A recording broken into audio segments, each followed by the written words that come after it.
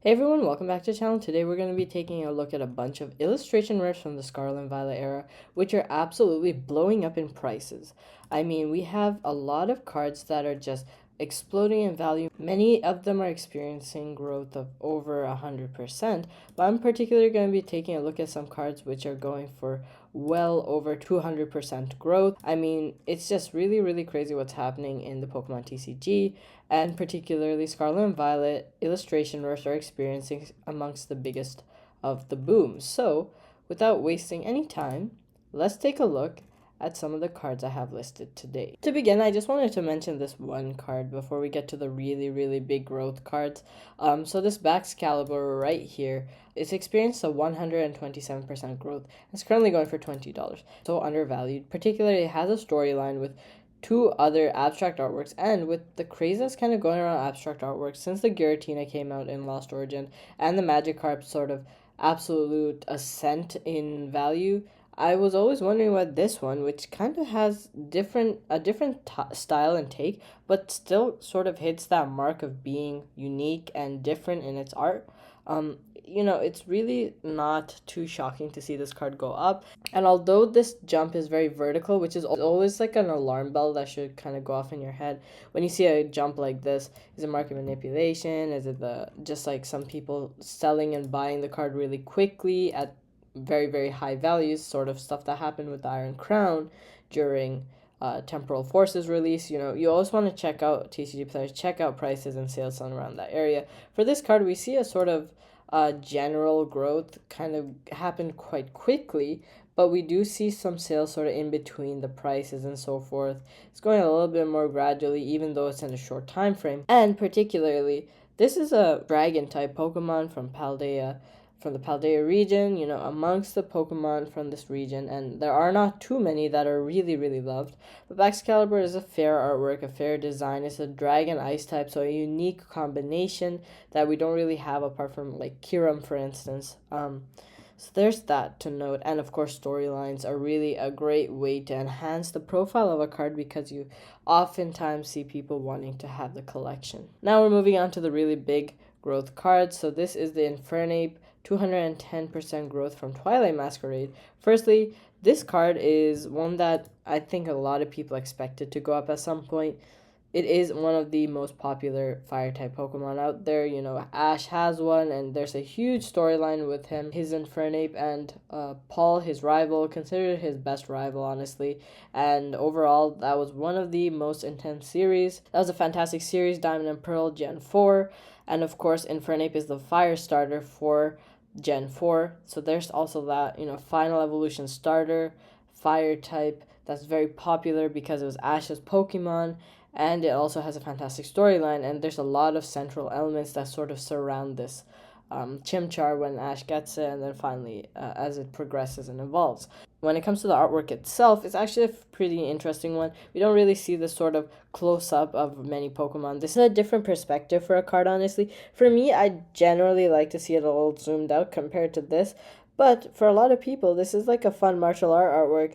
When it's really like zoomed in, we're getting a very close range shot of Infernape, but we can still somehow see most of its body, sort of how the arm is like bent over top of its head, how the fire from its crown or head is sort of like surrounding it and building up these circular flames, almost as if it's about to use Flame Wheel or Flare Blitz as in the show. And then we can also still see up to his feet, so it's still a full body shot but much closer range one. Personally, I think this is a pretty solid artwork. Perhaps not the greatest out there, but because of the factors I mentioned earlier, Infernape as a Pokemon, I do like this card more because of that element. If we take a look at sales, we do see that, there has been a really quick shoot up in value. Ignore the Japanese, oftentimes when there's an image, it will also say JP, and then you'll notice Japanese as well.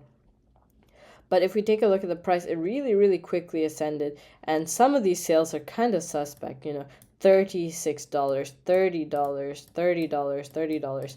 So I would be aware of this card and getting it at this price. If you really like the artwork, I would rather suggest getting it in Japanese because the price jump is just completely ludicrous. It's practical vertical jump.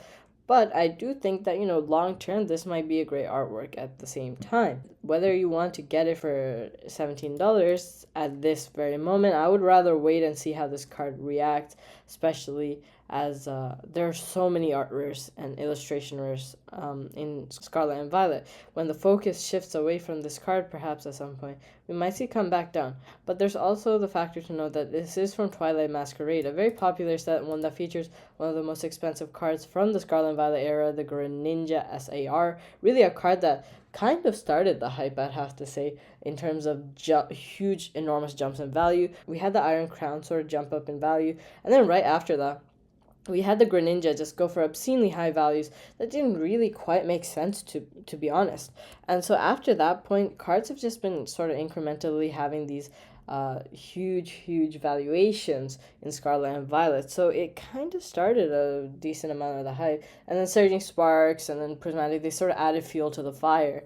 And now it's just a full-blown inferno. That being said, my main point is this is a great card, but beware of its instantaneous jump in value. Next up, we have the Mesprit. I think this is a fantastic artwork. We really don't have too many sort of artworks of the Lake Guardians from the Diamond and Pearl era. 3 of the Pokemon that are really sort of guardians and gatekeepers to getting to meet Dialga and Palkia, 2 sort of deity Pokemon, Ruler of Time, Ruler of Space for Dialga, Palkia, respectively, and so Mesprit, Uxie, and Azel for sort of the gatekeepers to those Pokemon. And it's really nice to see this sort of gorgeous landscape setting. One of the lakes, these are the Lake Guardians after all, so clearly Mesprit is sort of drifting around over top of its domain/territory. I don't know if it was Lake Erie that its sort of domain is, but anyway, long story short, really great artwork, and it's jumped tremendously, a little less vertical, but still over the past month we see that's gone from $11 up to $17. Next we have Cleffa, and this is a card that it's completely gorgeous. Such a simple artwork, yet so effective and great. Cleffa is this Pokemon that's sort of considered to be from outer space, and so they also have this sort of moon dance that they perform in the show, which is sort of a ceremony to help Cleffa's evolution, Clefairy, evolve into Clefable, and so forth like that. And then so obviously we see it wishing upon a shooting star, sort of a call to its galactic origin, if you will. And I really love how the sky is sort of reflected in this very shallow body of water, and the way the light is sort of peeking over the horizon. So simple, so fantastic.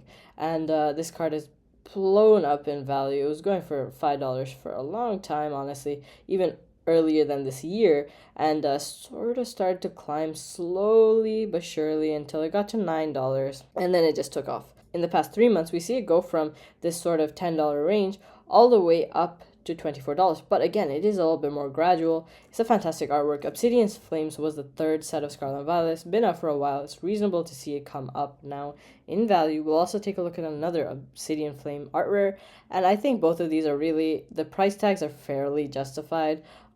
Great artworks. I've actually been mentioning these cards for months now, great artworks and great acquisition. Next up, we have Arbok from Temporal Forces, and this was one of my favorite cards when it came out in the set. This and the Gengar full art were really top notch.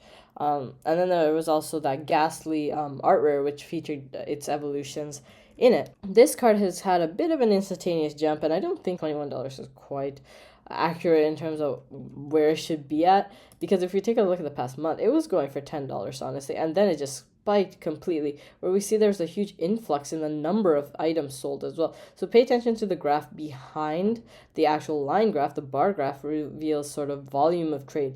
That's sort of a important metric, especially for technical analysis. When I'm choosing stocks, for instance, I tend to not only take a look at sort of the intrinsic value, because that's a very important element for me when I'm choosing my genuine stocks, but I also try to pair it with a little bit of technical analysis, not too much, because obviously nothing is sort of set in stone, repetitive in investing. Here particularly, we actually see the card plateauing, which is an interesting relationship. Not to say that this card is necessarily going to go down, but it is a possibility as well to keep in mind, particularly with this rather instantaneous jump with this one day of 34 items being sold. But it is a great artwork. We have Arbok sort of sneaking up on this Toucanon, and it's a very unique style. You know, we have a lot of these rectangular shapes that really build the aesthetic of this card. And of course, we also see sort of parallels to Arbok's sort of slithery nature, where the actual leaves are sort of curling around the wooden structures. Well thought out and particularly intricate artwork. Next, we have the Steelix, and this is a card that really makes sense. This is one of the best cards from Paradox Rift.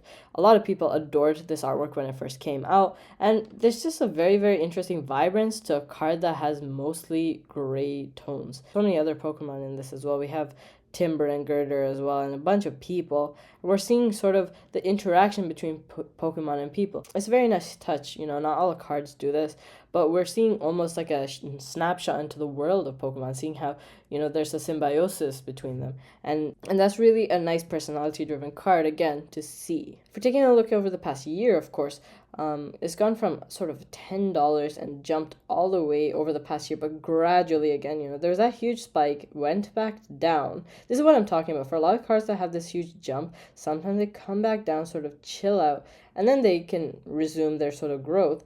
But it's, again, a little bit more linear if we sort of subtract this spike. And again, notice the huge number of sales when the spike happens, 70 items sold. Then it sort of slowed down, even with the huge number of sales here, 57, did not have that huge spike, which suggests more market value driven purchases, no huge drop or spike there. And then we're seeing it sort of gradually grow and grow and grow.